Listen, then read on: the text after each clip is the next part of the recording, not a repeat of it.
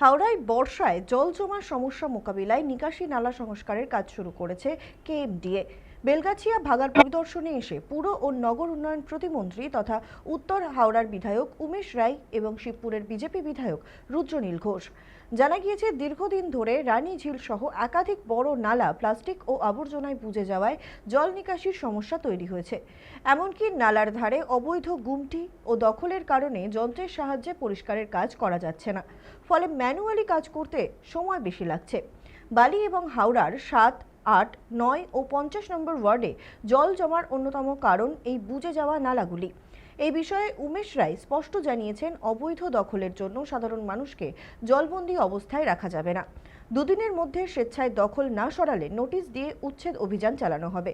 বর্ষার আগেই কাজ শেষ করতে ইরিগেশন দপ্তরের সঙ্গে যৌথভাবে দ্রুত পদক্ষেপের নির্দেশ দেওয়া হয়েছে।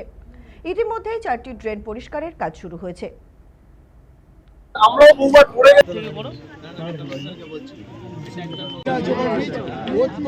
এই ড্রেনটা গেছে পচাখালটা ওই তলায় পুরো রেলের কাজ করার জন্য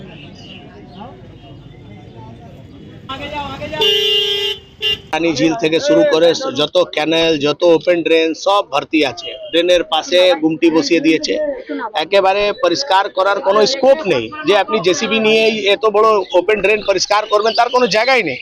এটা বুঝতে পারছেন, এর আগে ওরা শুধু ফর্মালিটি করতো, না হলে এই গুমটিগুলো থাকতো না। এখানে জায়গা থাকলে তো আপনি পরিষ্কার করবেন। এই ওপেন ড্রেন, খোলা কাচরা ভর্তি, জায়গা জায়গা শুধু প্লাস্টিক থেকে আবর্জনা একদম ওই ড্রেনের মধ্যে ভর্তি আছে। আর এটা এর যে আউটলেট যেখানে সেই সবও পরিষ্কার এর আগে হয়নি বলে সব ব্লক আছে।